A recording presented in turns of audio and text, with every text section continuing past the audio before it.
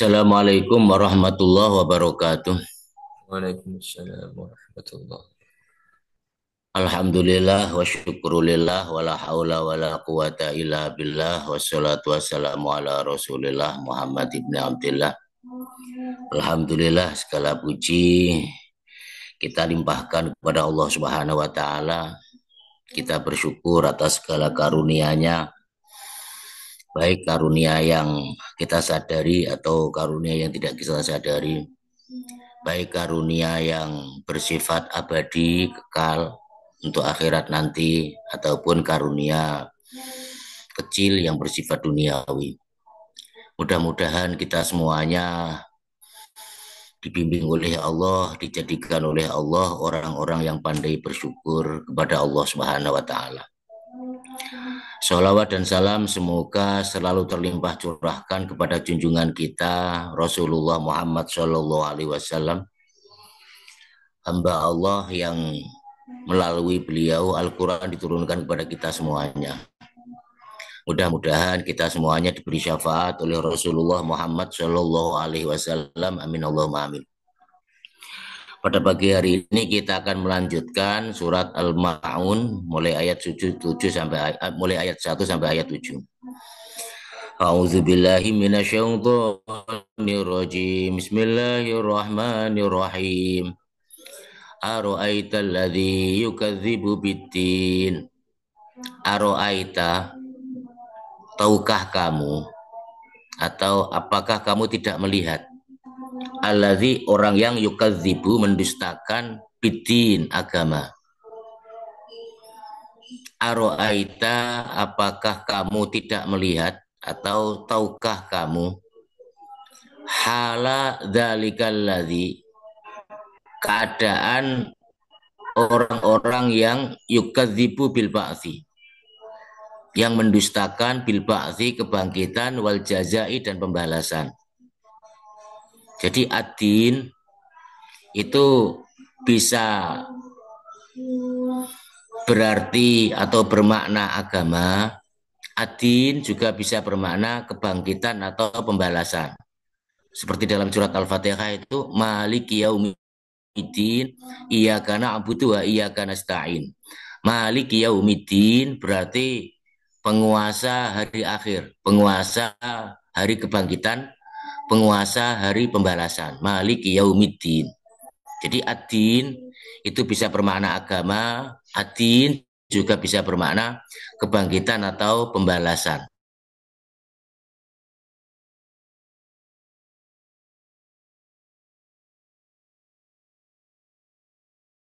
Apakah engkau tidak melihat, Muhammad, tidak tahu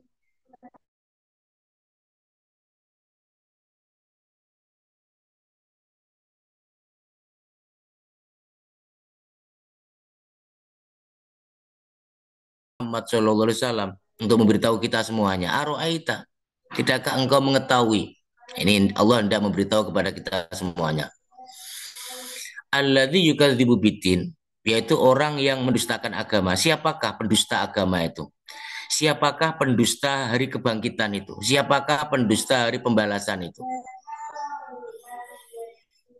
Jadi cara mengamalkan bagaimana kita belajar dan berusaha tidak menjadi pendusta agama, tidak mendustakan agama, tidak mendustakan hari kebangkitan, tidak mendustakan hari pembalasan. Ya, kita berusaha membenarkan, berarti pemahamannya kita selalu membenarkan agama. Kita benarkan hari pembalasan, kita benarkan hari kebangkitan. Dengan apa? Dengan perkataan dan perbuatan. Makanya mendustakan agama, mendustakan kebangkitan itu bisa berupa perkataan. Ya, bisa berupa perkataan atau bisa berupa perbuatan. Nah, yang akan dijelaskan oleh Allah di sini bisa berupa apa? Yang akan dijelaskan oleh Allah dalam ayat ini adalah perbuatan. Karena perbuatan itu tidak mencerminkan orang yang meyakini adanya kebangkitan. Perbuatan mereka tidak mencerminkan orang yang meyakini pembalasan, bahwa seluruh amal perbuatan itu ada balasannya. Tidak mencerminkan orang itu percaya kepada pahala. Tidak mencerminkan orang itu percaya kepada dosa. Tidak mencerminkan orang itu percaya kepada apa? Surga sama neraka. Makanya disebut yukadzibu biddin, orang yang mendustakan hari pembalasan, orang yang mendustakan pembalasan. Siapakah orang yang mendustakan pembalasan itu? Yang pertama, fadzalikal ladzi yatu'ul yatim. Fadzalika maka itulah alladzi yatu'ul yatim, orang yang menghardik anak yatim. Jadi orang yang mendustakan agama itu adalah orang yang menghardik anak yatim.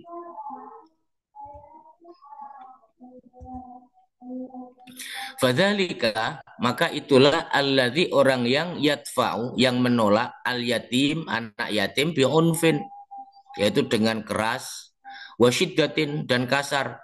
Ya, dengan kasar, bi'unfin dengan kasar, wasyiddatin dan keras, an haqqihi dari memberikan haknya. Liqasawati qalbi karena memang hatinya itu sudah keras. Jadi yang pertama orang yang mendustakan agama itu orang yang menghardik anak yatim, tidak memberikan hak-haknya. Padahal orang yatim itu apa memiliki hak yang harus diberikan kepada mereka. Haknya anak yatim apa? Disayangi. Haknya anak yatim apa? Ditolong. Haknya anak yatim apa? Dilindungi. Haknya anak yatim apa? Dipelihara dan lain sebagainya. Maka termasuk di antara pendusta agama adalah orang yang menghardik anak yatim. Makanya kita hindari menghardik anak yatim, sebab menghardik anak yatim, membentak anak yatim itu termasuk mendusta agama. Kenapa disebut mendustakan agama? Kenapa disebut mendustakan hari pembalasan? Karena itu adalah amal dosa. Menghardik anak yatim itu dosa. Karena dosa, maka otomatis kalau tidak diampuni oleh Allah ya akan disiksa di dalam api neraka orang yang menghardik itu. Kebalikan dari menghardik apa? Kebalikan dari menghardik adalah berkata lemah lembut kepada mereka. Berarti orang yang berkata lemah lembut kepada anak yatim itu diberi pahala oleh Allah Subhanahu wa taala. Makanya orang kalau menghardik anak yatim ya berarti dia tidak percaya dengan pahala. Ya sama dengan dia apa? Dia itu mendustakan, menghardik anak yatim. Dikiaskan dengan menghardik apa ya, berkata kasar, memukul, ya, kemudian membiarkan tidak apa istilahnya tidak terurus dan lain sebagainya. Yang intinya adalah menyakiti mereka. Makanya jangan sampai menyakiti anak yatim. Makanya orang-orang Jawa itu dulu mengatakan anak yatim itu malati, ya malati. Bahaya, ya hartanya kalau di mana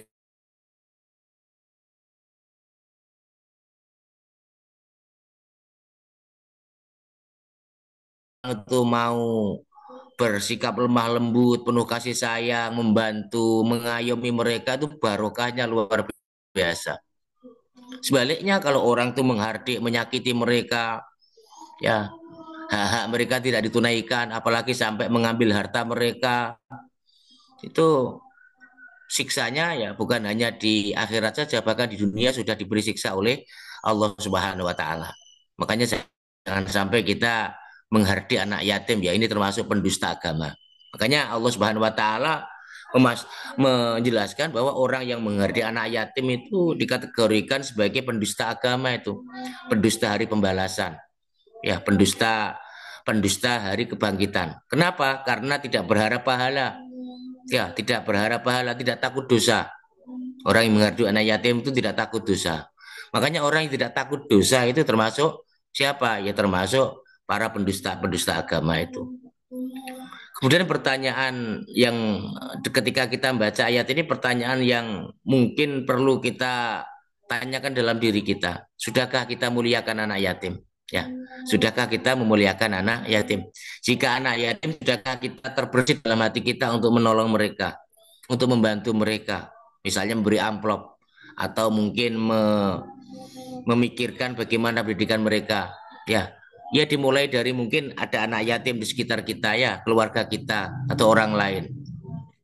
Jadi ini yang perlu kita renungkan ketika membaca fadzalikal ladzi yatu'ul yatim. Makanya kita ingat-ingat jangan sampai kita menghardik anak yatim. Fadzalikal ladzi yatu'ul yatim. Ara'aital ladzi yukadzibu biddin? Tahukah kamu pendusta-pendusta agama itu siapa? Fadzalikal ladzi yatu'ul yatim. Mereka itulah orang-orang yang menghardik anak yatim. itu dikategorikan oleh Allah termasuk pendusta-pendusta agama. Makanya kita takut jadi pendusta agama. Caranya bagaimana ya? Jangan sampai kita menghardik anak yatim. Biasanya itu orang yang keras hatinya, yang suka menghardik itu ya orang yang keras hatinya. Makanya ya mudah-mudahan hati kita semuanya ya, tidak terkecuali semuanya, mudah-mudahan dilembutkan, semakin dilembutkan oleh Allah. Jika sudah lembut, mudah-mudahan semakin dilembutkan oleh Allah Subhanahu wa taala. Kemudian Allah Subhanahu wa taala melanjutkan wala yakhuddu ala tu'amil miskin. Dan ia tidak menganjurkan memberi makan orang-orang miskin. Ini juga termasuk pendusta agama. Ya, tidak mau mengajak orang lain untuk memberi makan anak-anak atau orang-orang miskin. Ai wala yakhuddu artinya ia tidak menganjurkan ghairahu, yaitu selainnya ala amil miskin untuk memberi makan orang-orang miskin, tidak menganjurkan memberi makan orang-orang miskin. Fa kaifa lahu ayud'aimahu binafsi, bagaimana ia bisa memberi makan kepadanya? Tidak pernah berpikir bagaimana memberi makan anak yatim, bagaimana memberi makan orang miskin, tidak pernah berpikir. Ya, yang difikirkan hanya dirinya sendiri, tidak pernah memikirkan bagaimana kondisinya orang-orang miskin itu. Ini juga termasuk pendusta-pendusta agama. Ya, pendusta hari pembalasan, hari kebangkitan. Padahal memberi makan orang yang miskin itu, masya Allah, pahalanya luar biasa. Ya, pahalanya luar biasa besarnya. Iman kalau misalnya kita ada kesempatan, ya misalnya ada orang miskin yang butuh makan, ada kesempatan kita memberi makan, tetapi tidak kita beri, padahal kita mampu. Kecuali kalau nggak mampu loh ya. Itu iman kalau kita mampu, kemudian ada kesempatan, kemudian kita jumpai mereka, kita mampu dan mereka pada saat itu juga butuh bantuan, itu iman kalau tidak kita kalau tidak kita maksimalkan kesempatan itu untuk memberi makan orang-orang miskin. Makanya kita berusaha ya memberi makan orang-orang miskin sesuai dengan kemampuan. Ya misalnya saja ya memberikan sembako misalnya, itu juga bisa bermakna memberi makan orang-orang miskin misalnya ya. Kita sisihkan gaji kita, ya kita sisihkan, kemudian kita berikanlah ya beli beras atau beli minyak, beli gula, beli kopi atau apa, kemudian kita bungkus, kita kasihkan kepada orang miskin. Tuh orang miskin tuh senangnya bukan main itu dikasih seperti itu. Tuh, orang yang betul-betul miskin sembako misalnya. Itu biar apa? Biar kita tidak menjadi pendusta-pendusta agama, agar kita dimuliakan oleh Allah nanti di akhiratnya. Amin Allahumma amin. Kemudian selain itu kita juga mengajak, bukan hanya kita melakukan, tapi kita juga mengajak orang lain kalau bisa ya. Berusaha mengajak orang lain untuk berbagi makanan, berbagi sembako, atau berbagi pakaian, atau berbagi sesuatu yang mendatangkan manfaat untuk orang-orang miskin itu. Misalnya mereka butuh pekerjaan, misalnya ya. Maka bagus kalau ada yang rame-rame kemudian membantu orang miskin itu bagaimana mendapatkan pekerjaan. Ya, misalnya dia punya keahlian di bidang menjual barang misalnya ya, menjual makanan misalnya, mereka nggak mampu untuk beli gerobak. Itu kalau dibelikan gerobak, iuran itu sama dengan memberi makan mereka ya, memberi makan mereka. Ngasih pancing kepada mereka, tidak hanya ngasih ikan, tapi juga ngasih pancing agar mereka bisa mancing ikan. Makanya zakat itu ada yang zakat produktif, ada yang zakat konsumtif. Ya, memberi makan kepada fakir miskin ini ada yang sifatnya konsumtif langsung. Ya, misalnya memberi beras atau memberi makanan atau minuman. Ada yang produktif, misalnya memberi gerobak, ya, memberikan gerobak karena mereka butuh gerobak, mereka nggak mampu, diberikan gerobak atau dibuatkan kios misalnya, dibangunkan kios agar mereka bisa menjual sesuatu sehingga bisa mencukupi kebutuhan mereka. Ini juga termasuk apa? Termasuk memberi makan fakir miskin. Jadi memberi makan tidak harus secara langsung, bisa secara tidak langsung. Jadi bisa konsumtif, juga bisa bersifat produktif, yaitu memberi pancing. Tidak hanya ikan, tapi juga memberi pancing. Ibaratnya seperti itu ya, agar mereka bisa memancing dan lain sebagainya. Dikiaskan dengan memberi makan apa? Yang memberi minum, memberi pakaian, memberi bantuan, dan lain-lain yang sudah saya jelaskan tadi itu. Pokoknya difikirkan. Kalau mau memikirkan, Masya Allah itu orang mulia, itu orang yang memikirkan keadaan orang-orang miskin itu. Mulia betul itu. sangat mulia. Rasulullah Muhammad Shallallahu Alaihi Wasallam itu selalu memperhatikan anak yatim dan orang miskin Rasulullah. Makanya kalau ditanya siapa Ustadz orang yang paling perhatian kepada anak yatim, Kanjeng Nabi. Kanjeng Nabi itu ada hadis-hadisnya itu ketika hari raya itu Kanjeng Nabi itu memperhatikan anak yatim itu bahkan digendong mereka ketika mau sholat digendong anak yatim itu. Bahkan dawuh siapa yang nanti yang menolong anak yatim nanti dia berada di surga dan bersama saya seperti dua jari ini ya. Jadi nanti bersebelahan dengan Kanjeng Nabi surga nanti.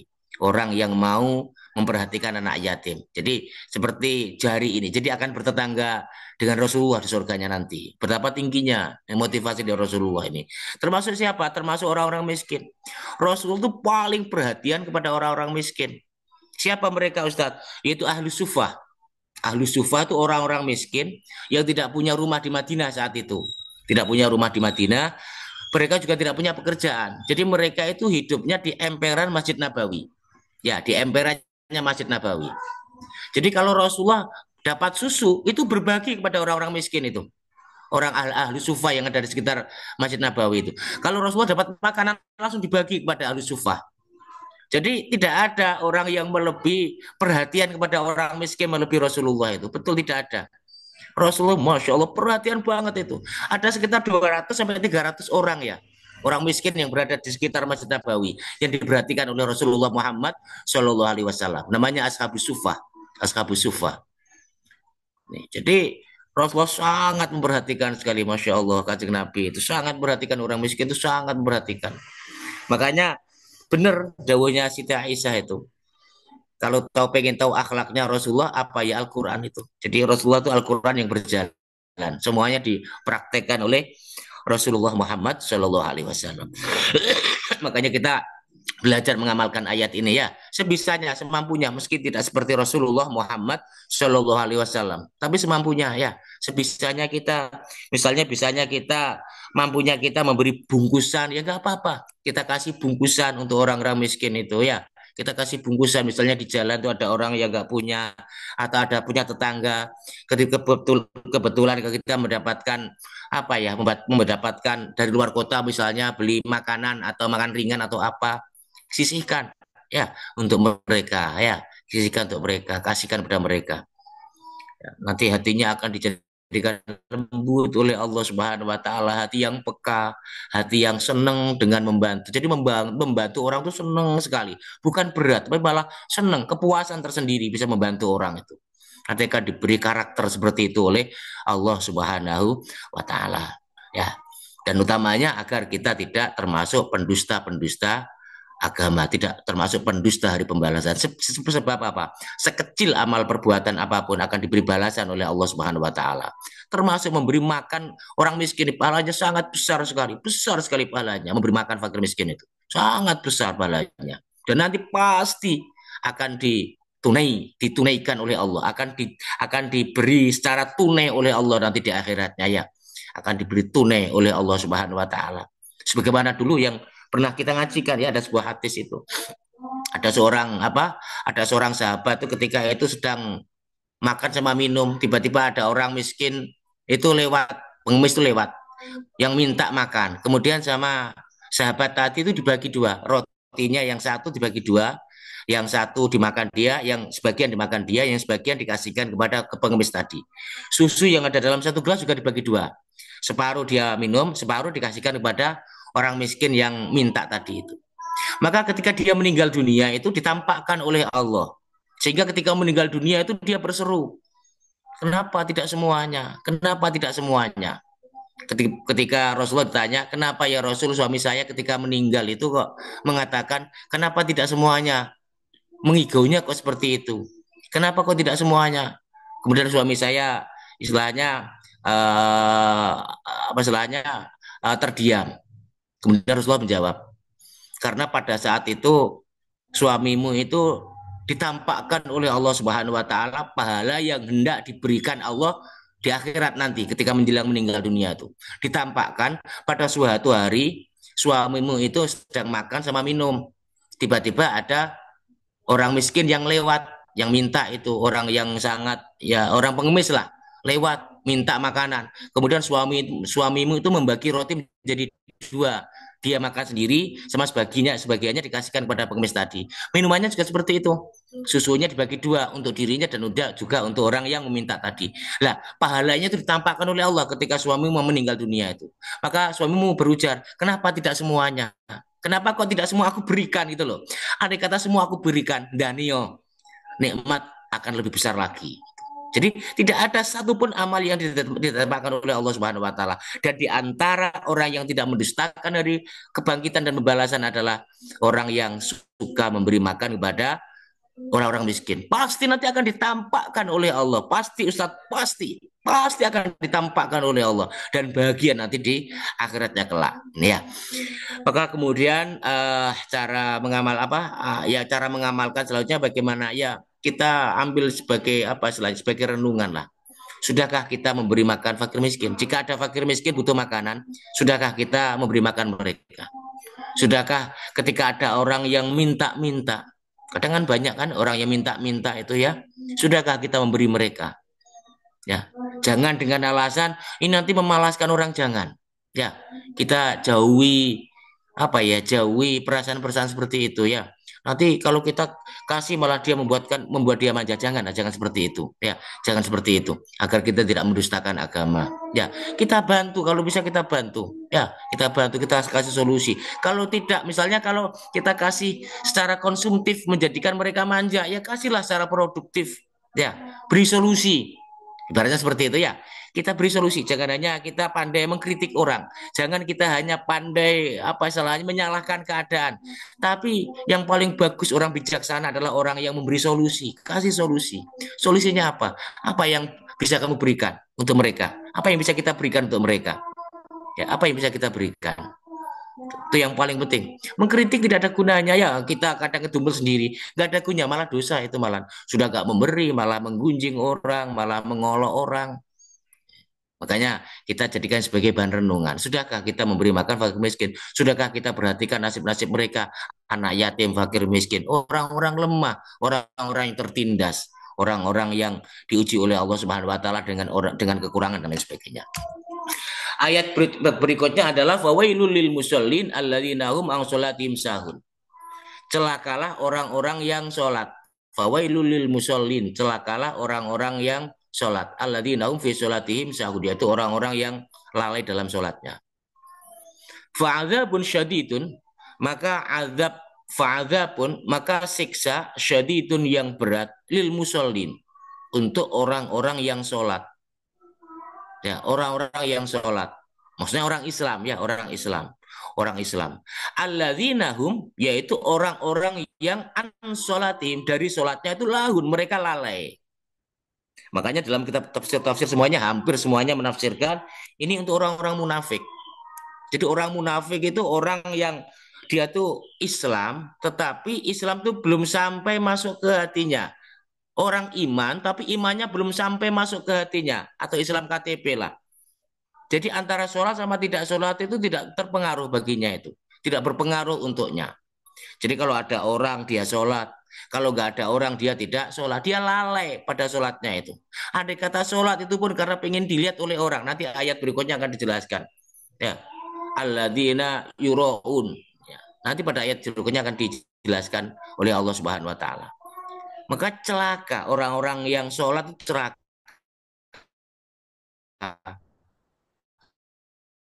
Orang-orang yang sholat maksudnya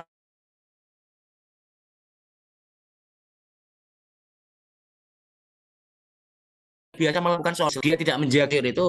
Hampir semuanya menafsirkan musholin di sini adalah orang-orang munafik. Ya, orang-orang munafik. Karena orang munafik itu kan orang Islam wajib sholat, tetapi mereka itu melalaikan sholat, tidak mau sholat. Ya, Islam tapi nggak mau sholat. Itu orang munafik. Ya, meskipun dalam zaman Kanjeng Nabi ya, tapi zaman sekarang kan banyak orang-orang seperti itu, orang-orang munafik ya. Jadi Islam tetapi nggak mau sholat ya, nggak mau sholat. Sholat itu kalau dilihat oleh manusia, kalau ada orang ya, untuk sholat itu untuk pencitraan dan lain sebagainya. bukan karena menjalankan kewajiban, bukan karena sholat itu dalam rangka mengharapkan apa nanti di akhirat enak, mengharapkan tidak masuk neraka, bukan itu tujuannya. Tapi sholat tujuannya hanya pencitraan, biar dilihat manusia dan lain sebagainya. Sehingga mereka ketika tidak dilihat oleh manusia itu mereka lalai, ya tidak diurus sholatnya itu nggak diurus. Ini, jadi ini adalah jangan sampai ya, ini termasuk pendusta agama. Siapa itu orang yang sholat tetapi suka melalaikan sholatnya, sholatnya nggak digubris, ya nggak diperhatikan, meninggalkan itu enjoy enjoy saja. Ya, ketika tidak sholat tuh enjoy enjoy saja. Nauzubillah, semua nauzubillah. La yuqimuna ala wajhiha, mereka tidak mendirikan sholat itu ala wajhiha sebagaimana mestinya. Ya, tidak mendirikan sholat itu sebagaimana mestinya. Kadang kan pokoknya sembrono lah dalam sholatnya itu sembrono. Sak penake dewi, barat seperti itu. Tidak memperhatikan. Lah orang mukmin itu sangat memperhatikan sholatnya, sangat memperhatikan. Bahkan tuh nggak bisa tidur ibaratnya kalau belum sholat, ibaratnya ya nggak bisa tidur. Sangat memperhatikan sholatnya, diperhatikan betul. Ya, kesuciannya diperhatikan, kesempurnaan ketika wudhu diperhatikan, ketika sholat memperhatikan sholatnya, belajar khusyuk dan lain sebagainya. Itu orang-orang mukmin. Jadi sangat menjaga yuhafidun, memelihara sholatnya. Sholatnya betul-betul dipelihara, betul-betul ditingkatkan dari waktu ke waktu dan lain sebagainya. Ditunaikan dengan sebenar-benarnya. Tidak asal-asalan sholat itu. Tidak asal-asalan. Ini orang-orang mukmin. Beda dengan orang-orang munafik ya. Jadi dalam ayat ini hampir semua ahli tafsir mengatakan ini untuk sholatnya orang-orang munafik itu. Karena mereka itu apa? Melalaikan sholatnya. Ya, sholat itu pokoknya angger. Berarti seperti itu ya. Sembrono terhadap sholatnya. Tidak menyadari, tidak terlalu menganggap penting sholat. Ya, tidak terlalu menganggap penting. Bahkan sholat sama tidak sholat hampir-hampir tidak ada bedanya. Nauzubillah, teman, nauzubillah. Inilah orang-orang munafik. Wala yu'aduna fi waqtiha, dan mereka tidak menjalankan pada waktunya. Ya, tidak menjalankan pada waktunya. Jadi waktu sholat dipakai untuk santai, kadang sholatnya dirapel dan lain sebagainya ya dikodok, padahal nggak ada sesuatu yang menghalangi mereka untuk tepat waktu, nggak ada udzur, tapi mereka melalaikan sholat, sholat tidak waktunya dan lain sebagainya. Makanya dalam hadis yang lain disebutkan orang yang subuh ya diantara cirinya orang munafik itu apa? Dalam hadis yang lain cirinya orang munafik diantaranya adalah orang yang malas melakukan sholat. Ya, khususnya sholat isya sama sholat subuh, malas. Sholat subuhnya kok kawanan, itu termasuk ciri orang munafik. Kalau dalam hadis itu. Jadi, na'udzubillah. Sholat subuh kok kawanan, ya. Kawanan, kesiangan, tidak tepat waktu. Itu termasuk dicap oleh Rasulullah dalam hadis yang lain, termasuk orang-orang munafik. Na'udzubillah. Ya, ini. Jadi tidak menganggap penting sehingga antara bangun melakukan subuh sama tidur itu lebih memilih tidur.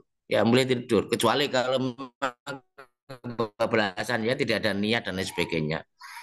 Kalau ada udur nggak apa-apa ya dikodok. Kalau nggak ada udur dan lain sebagainya dan itu sudah jadi kebiasaan, orang itu harus banyak bertaubat kepada Allah Subhanahu Wa Taala. Makanya cara mengamalkan bagaimana kita hindari melalaikan sholat. Jangan sampai seperti orang-orang munafik yang melalaikan sholat itu. Jika dilihat orang, ia sholat. Jika tidak dilihat orang, ia tidak sholat. Jika dilihat orang, dia sedekah, dia zakat. Jika tidak dilihat orang, dia tidak zakat. Kalau ada orang banyak, ya, atau orang mengenalnya, ada fakir miskin, dia ngasih uang, dia sodako. Tapi ketika nggak ada orang, ada fakir miskin, dia cuek, tidak perhatikan. Naudzubillah, teman, naudzubillah. Itu ciri. Makanya kita hindari menjadi orang-orang yang munafik seperti itu. Kemudian kita dirikan sholat sebaik-baiknya ya, kita belajar sholat sebaik-baiknya. Agar apa? Agar tidak mendustakan agama. Ya, kita dirikan sholat sebaik-baiknya secara lahir ya. Kita jaga kesucian, cara berpakaiannya. Khudu zinatakum inda kulli masjidin. Ambil pakaian-pakaian yang bagus ketika kamu itu ke masjid atau sholat. Makanya kalau sholat menggunakan pakaian yang bagus ya, yang bagus, yang rapi, ya tidak asal-asalan.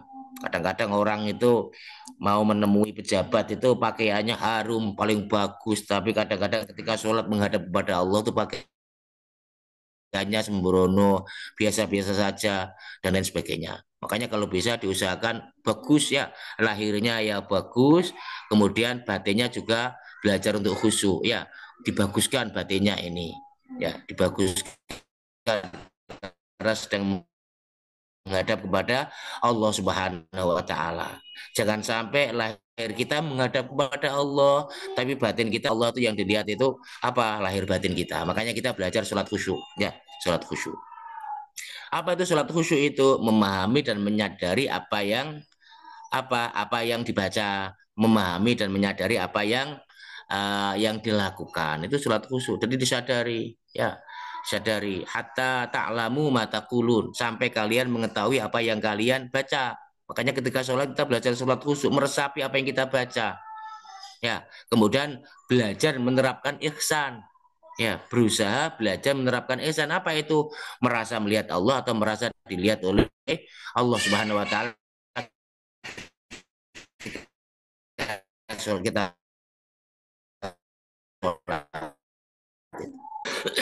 baik melihat dari sisi fisik atau melihat dari sisi batin kita. Makanya kita belajar sholat khusyuk seperti itu. Kemudian kita laksanakan sholat ya sesuai dengan waktunya. Kalau bisa awal waktu, bagus itu awal waktu itu, bagus sekali. Cepat-cepat ketika ada azan, cepat-cepat kita lakukan sholat. Ya, itu adalah panggilan dari Allah Subhanahu Wa Taala. Ketika ada azan, langsung kita jalankan, siap-siap untuk melakukan sholat. Ya, ini. Kemudian pertanyaan yang perlu kita renungkan ke diri kita, sudahkah kita tidak melalaikan sholat kita? Sudahkah kita menganggap sholat itu penting untuk kita? Atau menganggap sholat itu nggak penting untuk kita atau tidak penting? Satu. Yang kedua, sholat itu apakah hanya sekedar tradisi saja? Hanya sekedar kebiasaan kita saja? Ataukah sholat itu merupakan penghambaan kepada Allah? Apakah hanya tradisi saja, kebiasaan saja? Kebiasaan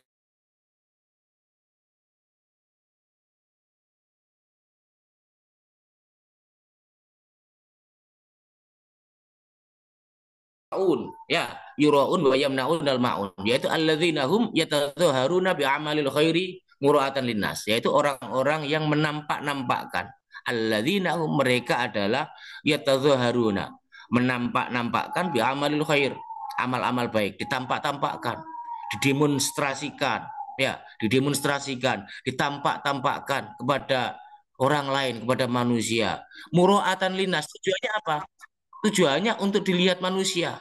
Tujuannya ini untuk dilihat manusia. Naudzubillah, naudzubillah.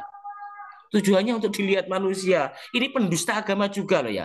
Makanya hati-hati. Yang kadang sering saya ditanya itu, bagaimana Ustadz kalau melakukan ibadah kemudian diupload dalam Instagram, diupload dalam WA, diupload dalam Facebook dan lain sebagainya, dalam media. Istafti kolbak, tanya hatimu. Tujuan kamu itu dakwah atau tujuan kamu itu riya? Makanya perlu hati-hati, waspada ya, waspada daripada amal kita hangus gitu loh. Ya, eman. Kalau amal kita hangus gara-gara riya itu kan eman. Ini termasuk mendusta agama itu.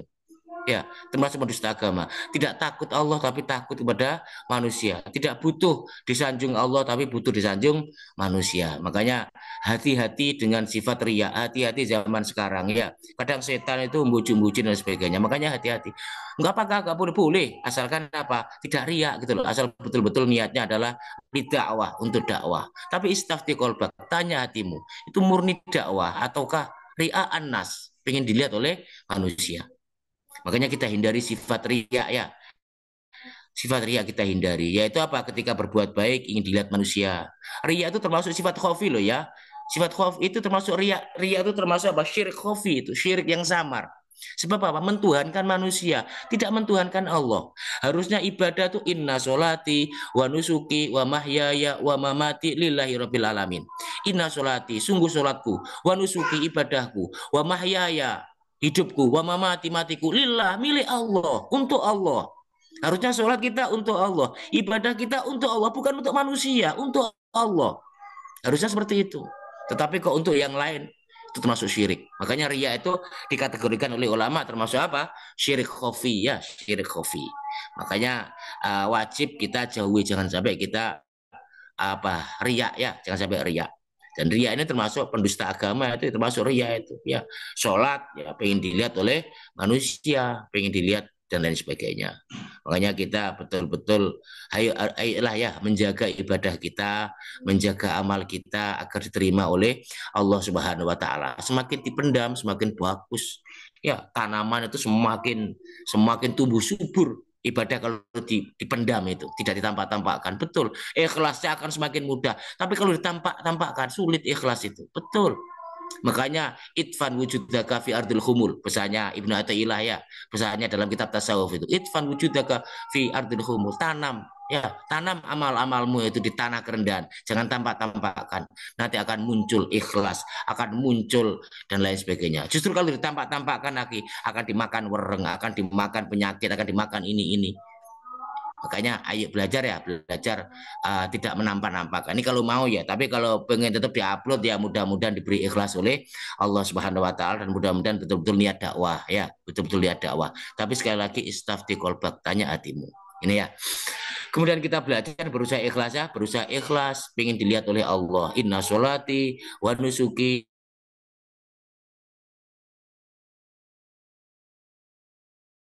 lah. Ya, tidak ada sekutu. Ya, tidak ada sekutu.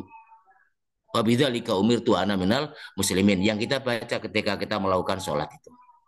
Nih, yang pasti Allah itu selalu melihat amal-amal kita dan yang memberi ya, yang memberi pahala itu Allah. Ya, yang memberi pahala itu Allah, bukan manusia. Manusia mencemooh pun Pak Allah tetap memberi pahala. Manusia menyanjung pun Allah tetap memberi pahala. Maka jangan terlalu hiraukan manusia ya. Jangan terlalu hiraukan ketika kita melakukan ibadah-ibadah yang di memberi bantuan barang-barang yang berguna. Artinya mereka itu i'arota, meminjamkan malah taduru i'arotu, yang tidak merugikan dirinya ketika dia itu meminjamkan. Minal inaniyah misalnya seperti wadah wa ghairiha dan juga selain wadah. Jadi enggan memberi pertolongan kepada orang lain. Ketika dia bisa menolong itu nggak mau menolong. Ya, ketika dia bisa membantu nggak mau membantu. Padahal dia bisa membantu dan tidak merugikan dirinya ketika membantu itu.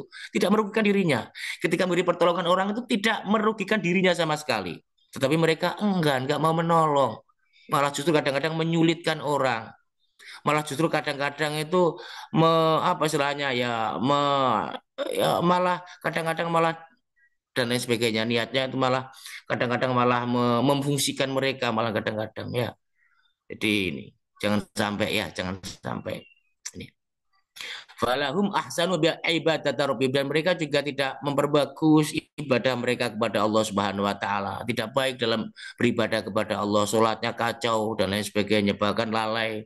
Walahum ahsanu ila khalqi, dan mereka juga tidak berbuat baik kepada sesama manusia, tidak berbuat baik, ya, tidak berbuat baik sama sekali. Ini termasuk pendusta-pendusta agama. Makanya termasuk mendustakan agama adalah orang-orang yang enggan menolong orang lain ketika orang itu sangat butuh pertolongan, tapi tidak mau menolong. Kemudian kita berusaha selalu berbuat baik ya kepada sama manusia. Jika dimintai tolong, kok kita mampu, kita tolong dengan sukacita, dengan senang, ya dengan segenap hati kita tolong, agar tidak termasuk pendusta agama. Tapi sekali lagi jangan diniati karena manusia ya, jangan diniati karena dunia, diniati karena perintahnya Allah Subhanahu wa taala. Pertanyaan untuk kita, sudahkah kita suka menolong orang lain yang butuh pertolongan? Ya. Kemudian kalau ketika kita menolong itu, apakah kita ada tendensi, apakah kita itu memiliki apa istilahnya? Ketika kita menolong itu, apakah kita mengharapkan sesuatu? Ya, apakah kita mengharapkan sesuatu dari orang yang kita tolong itu? Kalau orang ikhlas hanya mengharapkan dari Allah Subhanahu wa taala. Inna nas'alukum la nas'alukum ajran in ajriya illa Allah. Aku tidak membutuhkan, tidak meminta balasan kepadamu. Sesungguhnya balasanku hanya dari Allah Subhanahu wa taala. Itu mungkin yang bisa saya sampaikan pada pagi hari ini. Saya kembalikan lagi kepada Mas Agung. Iya, matur nuwun sangat Ustadz atas pemaparan dari 7 ayat dari surah Al-Ma'un ini. Silakan dari hadirin apabila ada yang ingin bertanya, berdiskusi, atau menanyakan hal yang lain, monggo dipersilakan.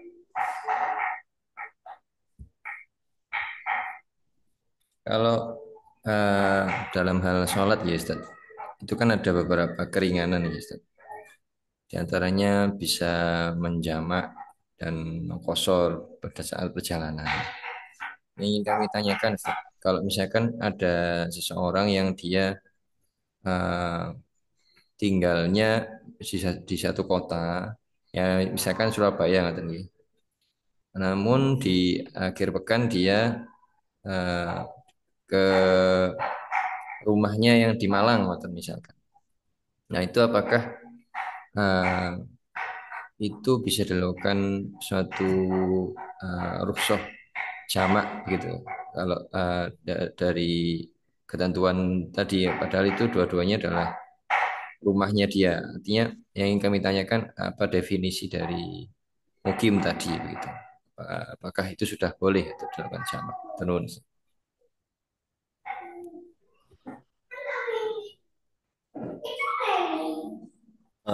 Terkait masalah rukhsah ya, itu wa idza darabtal ayatnya kan wa idza darabtum fil ardi falaisa alaikum junahun ataksuru minas shalah. Jika kalian itu sedang bepergian, maka tidak ada dosa untuk meringkas sholat. Ya, tidak ada dosa untuk meringkas sholat. Jadi dalam kondisi bepergian, kita boleh mengkosor sholat. Ya, jadi sholat kosor itu hanya diperuntukkan bagi orang-orang yang berada dalam bepergian. Kosor sholat itu tidak hanya bermakna 4 rakaat diringkas jadi 2 rakaat, tidak. Kosor sholat itu orang yang tidak bisa melakukan sholat secara sempurna. Ya, jadi kosor itu hasilnya pendek. Kosor itu pendek, maksudnya terbatas. Ya, terbatas sekali. Harusnya bisa berdiri tapi nggak bisa berdiri, itu namanya kosor. Kosor. Mungkin di bis ya, mungkin di bis dia tidak bisa dengan berdiri, maka dia sholatnya dengan duduk. Itu namanya kosor. Jadi kosor tidak hanya 4 rakaat diringkas jadi 2 rakaat, tidak hanya itu saja. Termasuk ketika dalam perjalanan kita nggak bisa berdiri, itu juga kosor. Boleh kosor. Maksudnya kosor apa? Itu diringkas dengan diganti dengan duduk. Misalnya tidak bisa menghadap ke arah kiblat karena perjalanan, maka boleh kita menghadap ke arah manapun. Namanya kosor itu, namanya kosor. Jadi walaisa alaikum junahun antak suruh minas sholat. Tidak ada dosa kalian itu mengkosor sholat.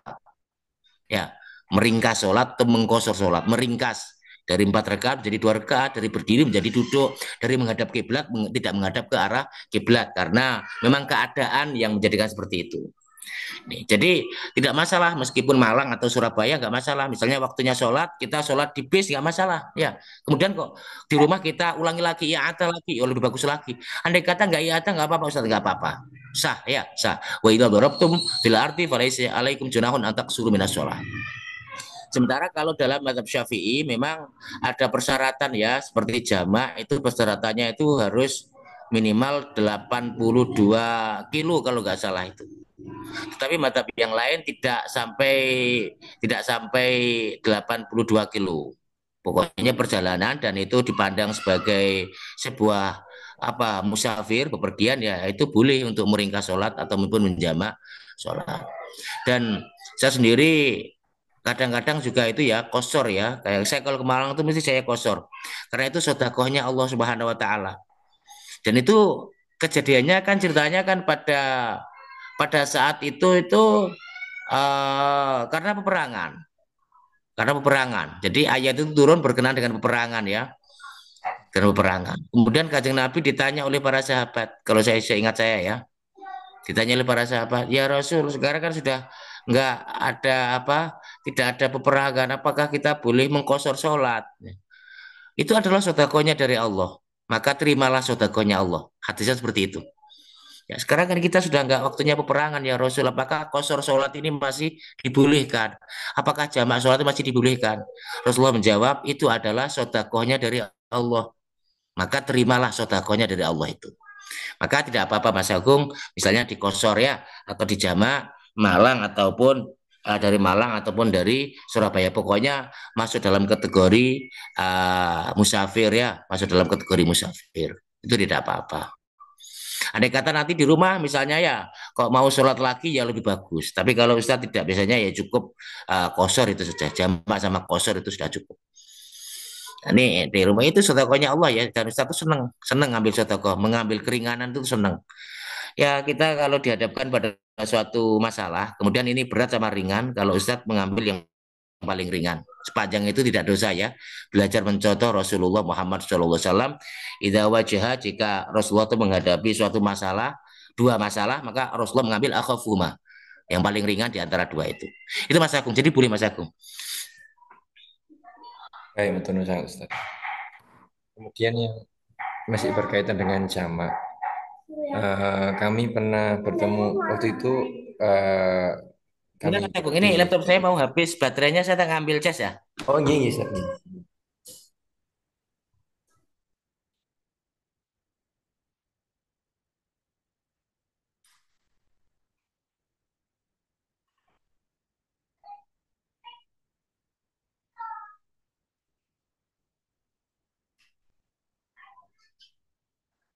Monggo dari hadirin apabila ingin bertanya bisa secara langsung atau melalui kolom chat juga boleh. Boleh berkaitan dengan apa yang kita bahas di kajian pagi ini atau di luar tema juga. Monggo dipersilakan.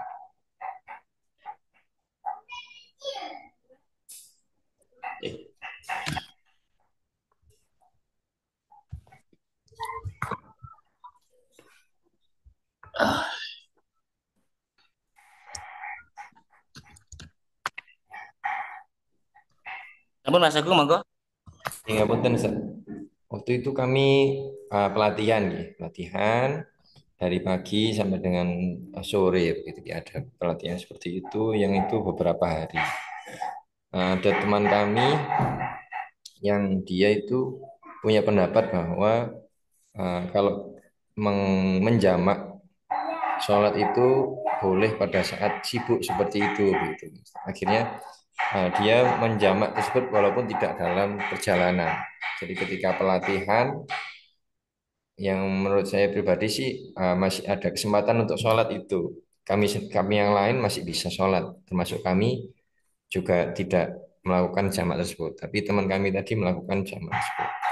Nah itu bagaimana Ustaz, kalau ada kondisi yang kesibukan yang seperti tadi, yang berkaitan dengan itu, ketika kami bekerja, itu kan teman-teman bekerja dalam sistem shift, ya. Shift dan ada kalanya zuhur itu waktunya sangat sempit. Sebentar, ya. Sangat sempit dan kadang sibuk begitu, Ustaz.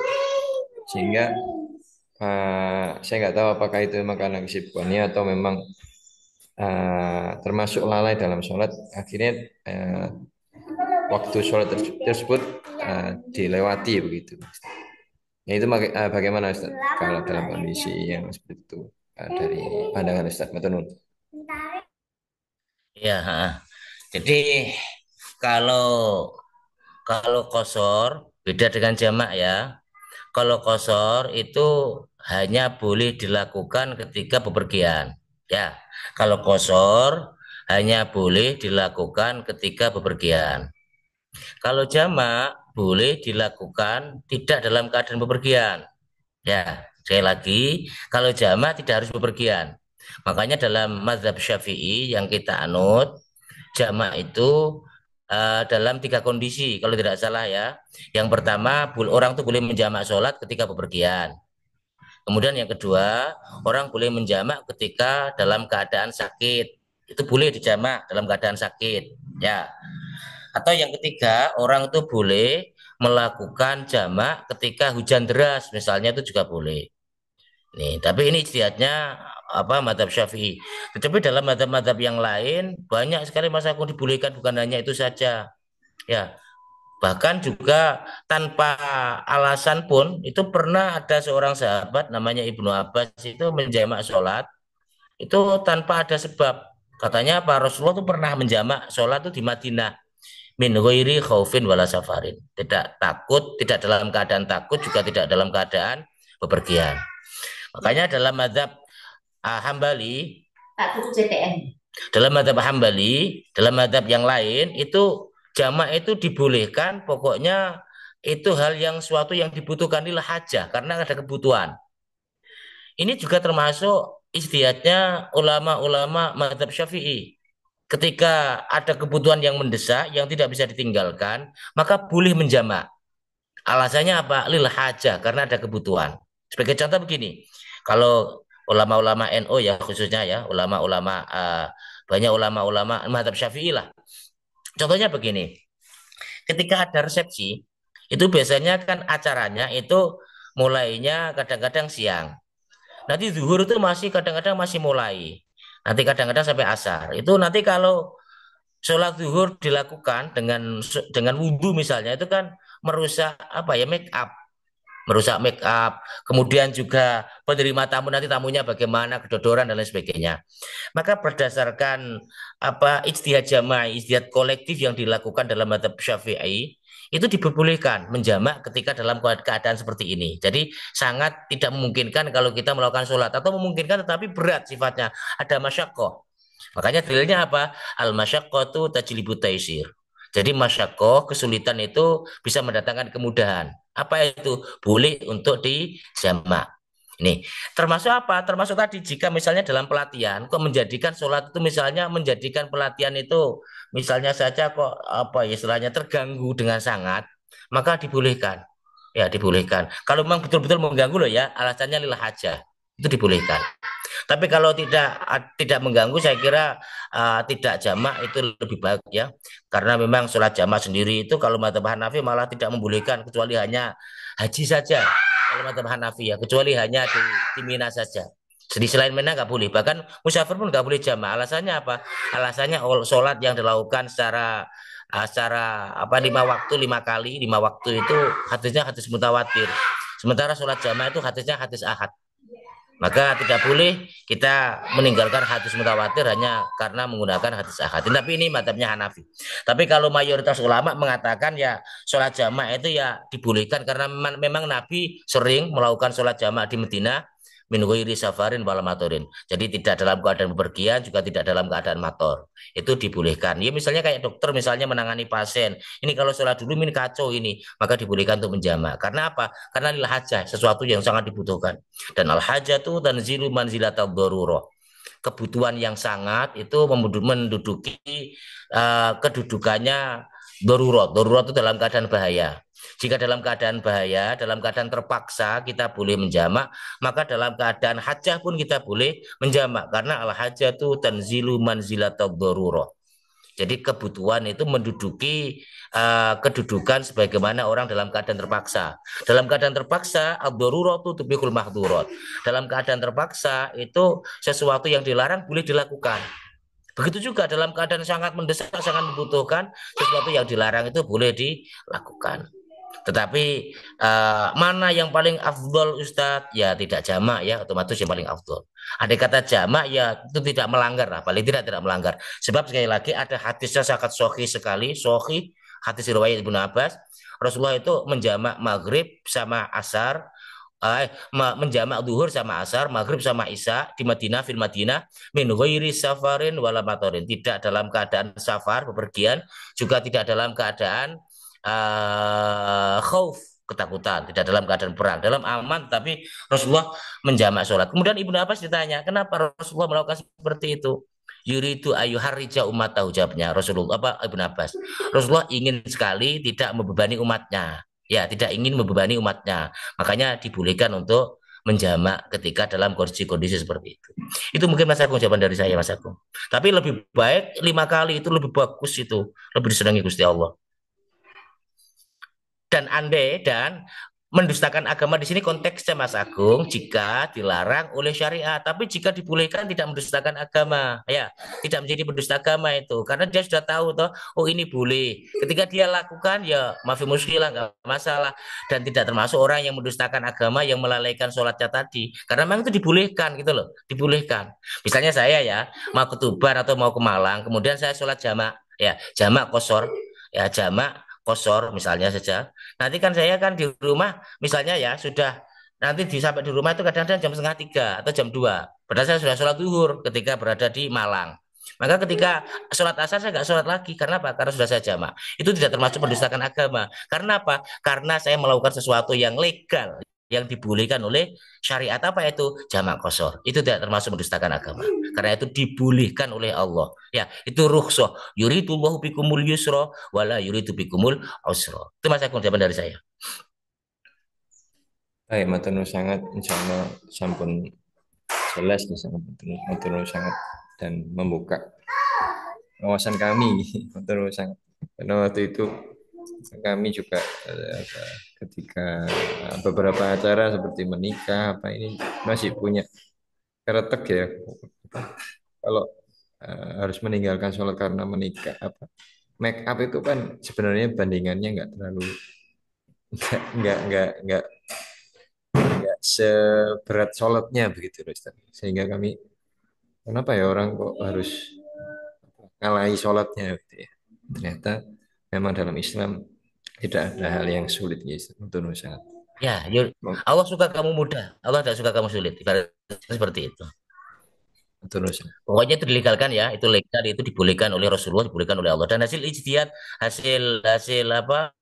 Hasil ijtihadnya para ulama memang dibolehkan Mas Agung. Mazhab Syafi'i membolehkan. Dalam keadaan resepsi seperti itu dibolehkan asalnya lil hajah tadi.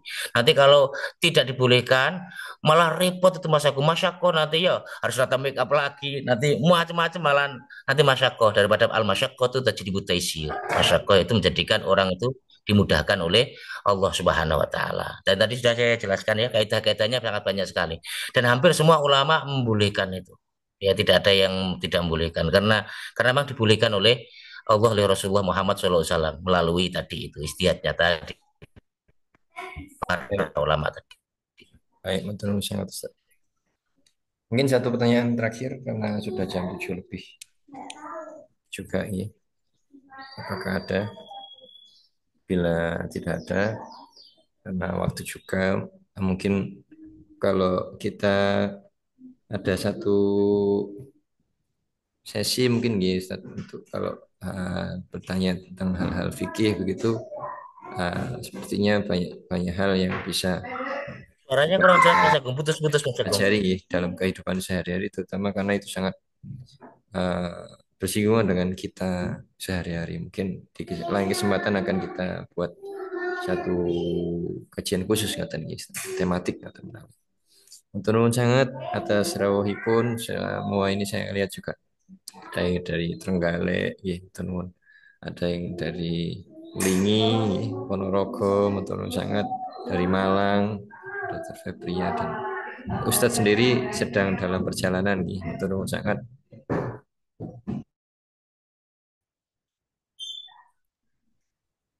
Maaf terlempar. Oke, sinyal kami memang tidak terlalu kuat. Kita akhiri dengan berdoa. Mohon berkenan untuk memimpin doa Ustaz Matur. A'udzubillahi minasyaitonirrajim. Bismillahirrahmanirrahim. Allahumma sholli ala sayyidina Muhammad walhamdulillahirabbil alamin. Allahumma anfa'na bima 'allamtana wa 'allimna ma yanfa'una wa zidna ilma. Allahumma ighfir lana warhamna wahdina innaka antal ghafurur rahim. Rabbana la tuzigh qulubana ba'da idh hadaitana wa hab lana min ladunka rahmah innaka antal wahhab. Rabbana atina fid dunya hasanah wa fil akhirati hasanah wa qina adzabannar. Wa sallallahu ala sayyidina Muhammad alhamdulillahi rabbil alamin. Kurang lebihnya saya mohon maaf sebesarnya. Wabillahi taufiq wal hidayah wa ridho alaina ya. Wassalamualaikum Assalamualaikum warahmatullahi wabarakatuh. Matur nuwun sangat Ustaz sudah menyempatkan hadir walaupun dalam perjalanan. Moga-moga lancar sampai dengan kembali ke rumah Ustaz. Matur nuwun sangat. Kita akhiri dengan bacaan hamdalah. Alhamdulillahirabbil alamin. Istighfar. Astagfirullahaladzim. Dan doa kafir masjid. Bismillahirrahmanirrahim. Subhanakallahumma wa bihamdika asyhadu an la ilaha illa anta astaghfiruka wa atubu ilaik. Terima kasih dan mohon maaf sebesar-besarnya. Ihdinas siratal mustaqim. Wassalamualaikum warahmatullahi wabarakatuh.